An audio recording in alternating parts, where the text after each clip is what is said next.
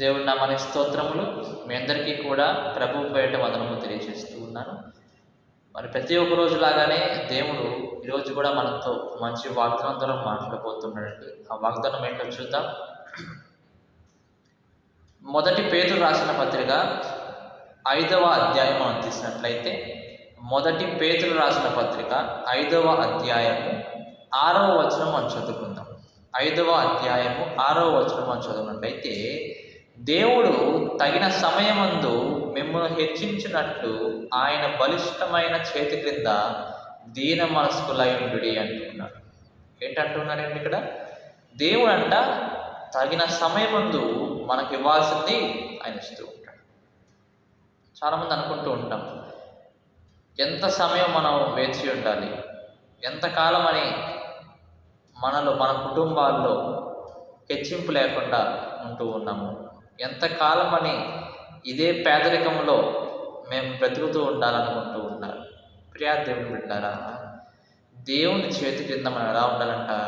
దీన మనస్కులై ఉండాలంట.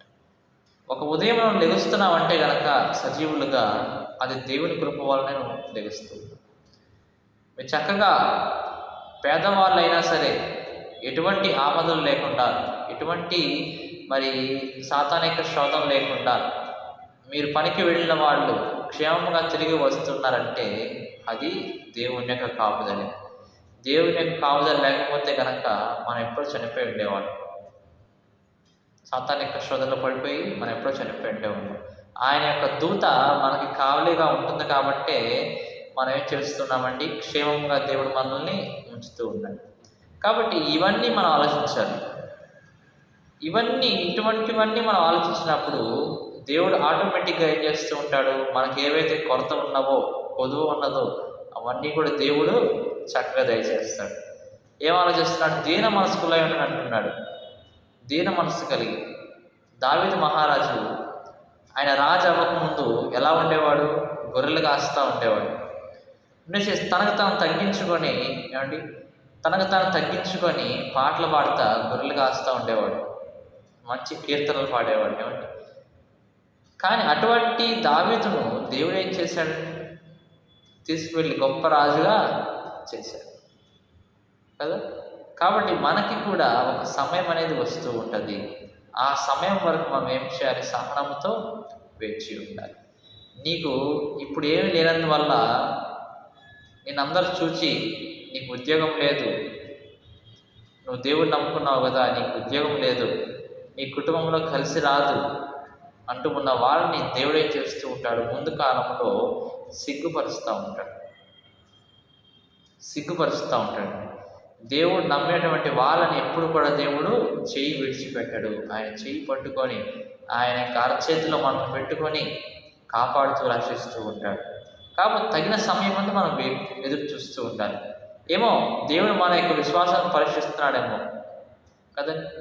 అపోస్తలుడైన పేతురు గారు మనం చూస్తే ఆయన ఆ యొక్క ప్రవక్తగా, దేవుని యొక్క భక్తుడుగా అవ్వకముందు ఎంతో పేదవాళ్ళు వాళ్ళందరూ కూడా. దేవుని యొక్క శిష్యులందరికీ కూడా ఎటువంటి ఆస్తిపాస్తులు లేవు, విద్య లేదు. అటువంటి పామరులను తీసుకువెళ్ళి దేవుడు ఏం చేశాడండి? గొప్ప దేవుని యొక్క శిష్యుల్లాగా, వాక్యము చెప్పడానికి అర్హుల్లాగా వారి యొక్క నోటికి దేవుని యొక్క వాక్కును అందచేసి ఎంతో గొప్పవాళ్ళుగా చేశాడు. వారి జీవగ్రంథంలో వారి యొక్క పేర్లు ఉన్నాయి.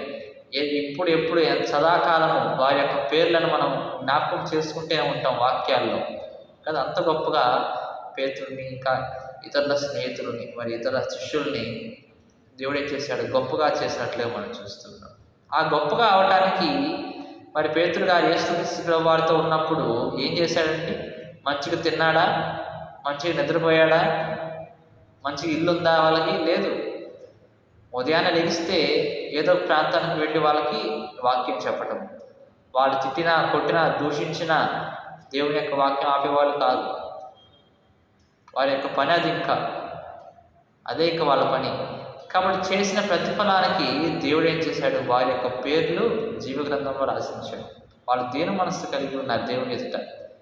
ప్రభువా, ఎవరేమన్నా సరే మేము మాత్రం నీ దగ్గర నుంచి వెళ్ళిపోమయ్యా, ఎందుకంటే నువ్వెంత గొప్పడో దేవుడో మాకు తెలుసు. ఒక మాట సెలవిస్తే కనుక మా జీవితాలు మారిపోతాయి, అది మాకు తెలిసిపోయిన విషయం అని చెప్పేసి వాళ్ళందరూ కూడా దీన మనస్సు కలిగి దేవుని దగ్గర వాళ్ళు ఉంటూ ఉన్నారు. కాబట్టి వాళ్ళు ఏం చేశారంట, హెచ్చింపబడినట్లుగా మనం చూస్తున్నాం. దావీదు మహారాజు కూడా తను రాజైన తర్వాత కూడా తను తాను హెచ్చించుకునేవాడు కాదు. తగ్గించుకొని ప్రభా కుక్కలాంటి వాడినయ్యా నేనని రాజు అయిన తర్వాత కూడా అతని యొక్క ప్రవర్తన దీన మనసు కలిగినట్లుగా ఉంటూ ఉన్నది. ఎంత ఆశ్చర్యం చూడండి. మనుషులకు ఒక మంచి పదవి ఉంటే గనక, మంచిగా డబ్బులు వస్తూ ఉంటే గనక ఎవరండి ఈ రోజుల్లో అలా ఆలోచించేవాళ్ళు? ఎవరండి ఈ యొక్క రోజుల్లో అలా ఆలోచించేవాళ్ళు కదా? దేవుని యొక్క సంఘానికి మరి దేవుడు సహాయం చేసిన తర్వాత దేవుని యొక్క సంఘానికి వచ్చేవాళ్ళు ఎంతమంది ఉన్నారు?